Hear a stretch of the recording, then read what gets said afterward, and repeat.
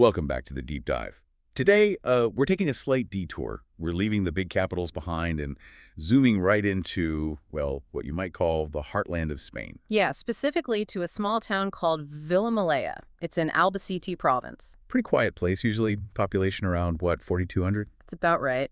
But this past summer, they did something pretty remarkable, something that really cut through all the national political noise. It really did. They offered kind of a masterclass in political pragmatism, didn't they? Absolutely. Villamalea suddenly found itself all over the national news, and it was because its town council passed this motion completely unanimously. Unanimously, that's the key part. And the motion called on the central government in Madrid to essentially regularize undocumented migrants who are already living and working there. Right. And what really made people, especially the media, sit up and take notice was the political makeup of that council. Yeah, it wasn't just, the usual suspects on the left supporting this. No, not at all. It was every single councillor. You had the Socialists, the United Left, and crucially, the Conservative People's Party, the PP. Getting that kind of agreement across the board, especially on migration, I mean, that topic usually just generates sparks, doesn't it? It's almost unheard of today. Exactly. So our mission for this deep dive is really to unpack that. We want to use the sources to figure out what happened in Villamalea. How did these very local, very real economic needs and maybe shared human feelings become so strong that they just overrode all that national ideological fighting? Yeah, this small town gives us a fascinating roadmap for how sometimes pragmatism just wins out when the problems are right there on your doorstep. Okay, so let's dig into Villamalea's specific situation, because Sure. the economy there seems to be the absolute core of this. It really is.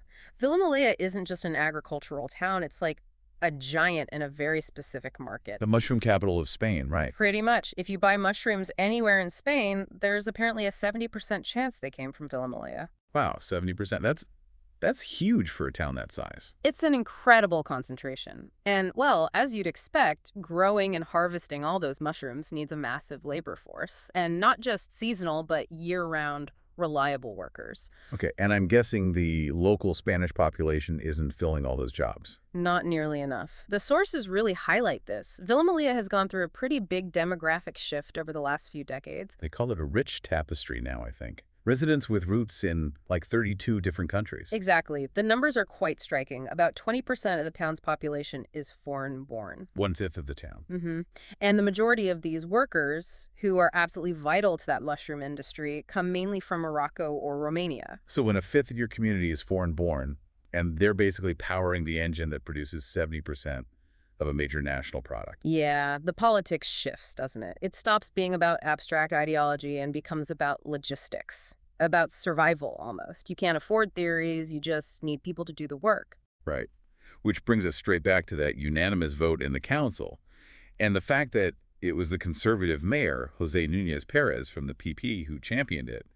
That's really why the media couldn't look away. Yeah, he found himself getting calls from reporters constantly. He even joked about it, kind of asking, just what have we done here? The attention seemed almost morbidly fascinating to him, as he put it. Huh.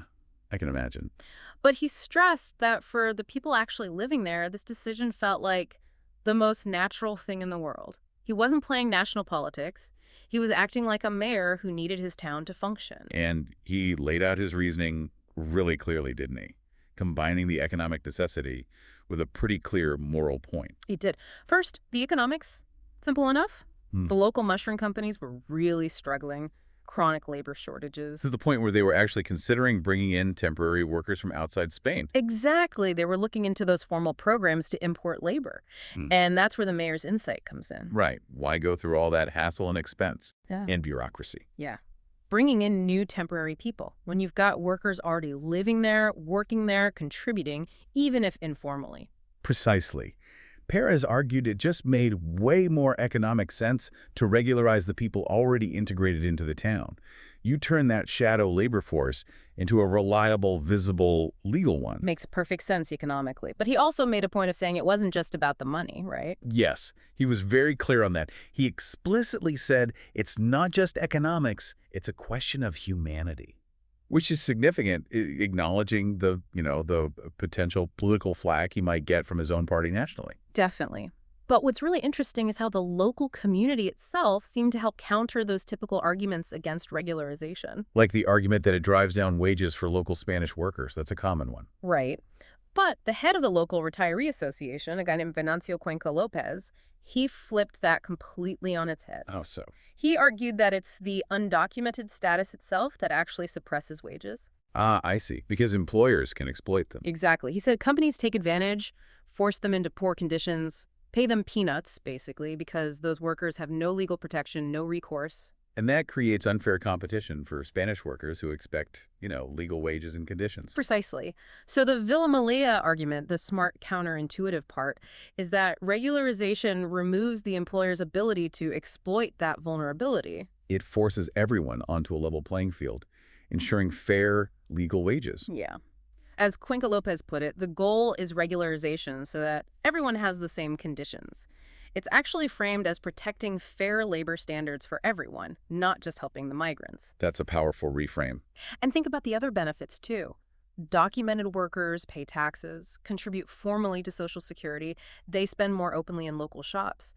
The mayor wasn't just being idealistic, he was formalizing his town's economic engine, turning vulnerable labor into taxable growth. And there's another layer to this, isn't there? This sense of empathy seems rooted in the town's own history.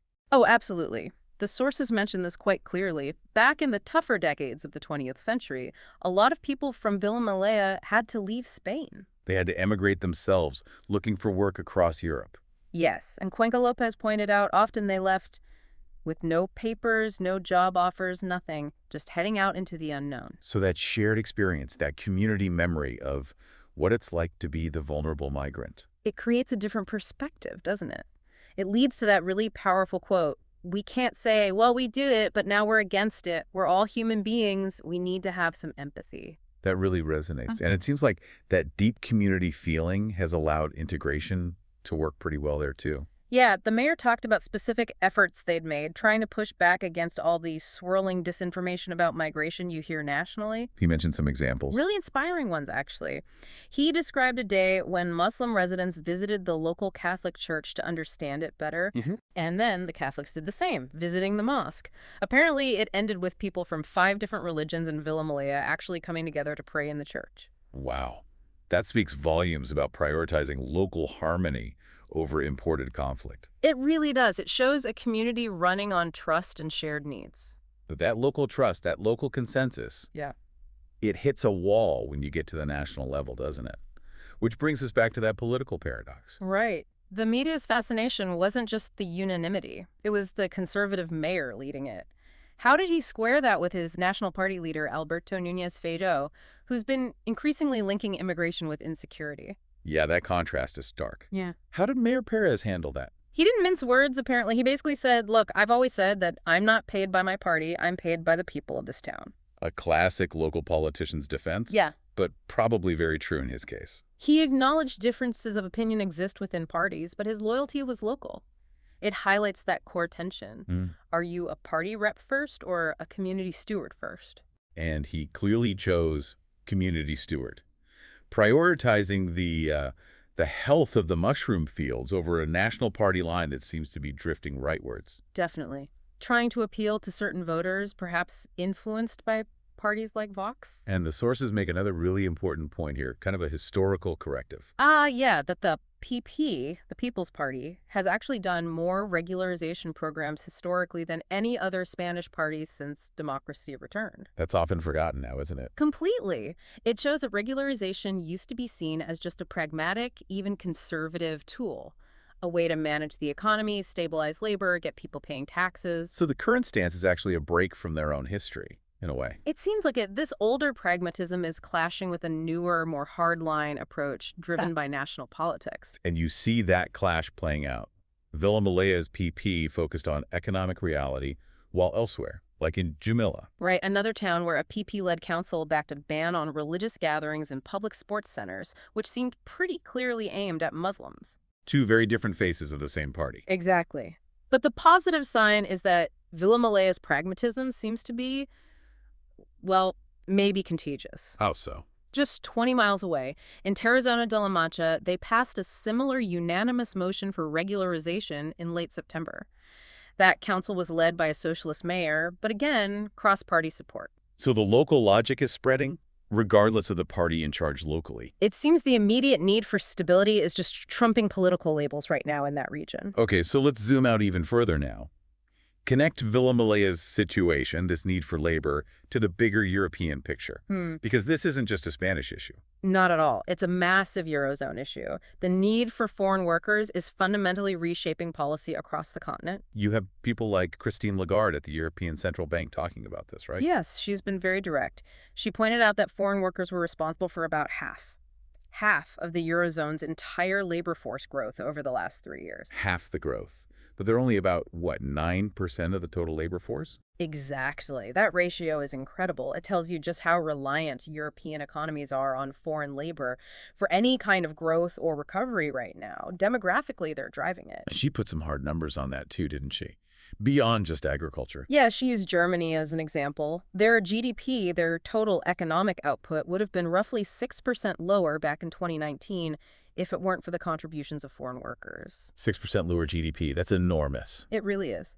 When we talk about half the labor force growth, we mean that without those workers, the Eurozone's recovery from, the pandemic and energy shocks would be seriously stalled. Think construction, healthcare, manufacturing. They're providing demographic life support. And this economic reality is so powerful, it's forcing even pretty hardline politicians to change their tune, isn't it? It really seems to be. Look at Italy. Giorgia Meloni, the far-right leader, her whole platform was built on warning about irregular migration being a threat. But now, faced with reality, her government had to announce plans to issue almost 500,000 new work visas for non-EU nationals over the next few years. 500,000 new visas. Yeah, and that's on top of the 450,000 or so they'd already approved since she came to power. Wow. So nearly 1 million work visas authorized by a government that ran on an anti-migrant platform. It tells you everything, doesn't it? The sheer economic imperative for labor is just overwhelming the ideology, at least in practice. The economy is winning that fight. Yeah, and we should also remember, like the sources point out, these regularization programs themselves aren't some crazy new idea. No, they've happened before. Many times. Over 40 such programs were put in place across more than a dozen EU countries just between 1996 and 2008. So Villamalea, facing this immediate, undeniable local need, they're essentially just reaching back for a well-established, pragmatic tool that maybe got lost in recent political noise. That seems like a really good way to put it. Okay, so wrapping this all up, looking back at our deep dive today, the core takeaway from Villamalea seems pretty clear. Yeah, it's about how local, concrete needing workers for the mushrooms, wanting community peace, drove this incredible, unanimous political action. Action that just bypassed all the usual national ideological fights. It was framed as a win-win, wasn't it? Absolutely. Secure the labor needed for the economy to thrive and ensure fair legal conditions for everyone, which benefits the town's economy again and, frankly, its sense of decency. Both economically sound and, as the mayor said, humane. Right. And it leaves us with a really interesting, maybe provocative thought to ponder, sparked by the mayor's own words. Which words were those? When he pushed back against the national party line, he said something like, when his colleagues fire a shot over there, it doesn't mean we're all going to do the same. Right, asserting his local independence. Exactly. And it raises this bigger question for all of us, for you listening, when we're dealing with these huge global pressures, things like migration, massive labor shortages. How often is the real workable political consensus found? Is it in the national capitals, filled with rhetoric? Or is it found more often at the local level? In places like Villamalea, where the economic costs, the human costs of just sticking to ideology and not acting are right there staring you in the face every day. Something to think about. Where does real problem solving happen most effectively?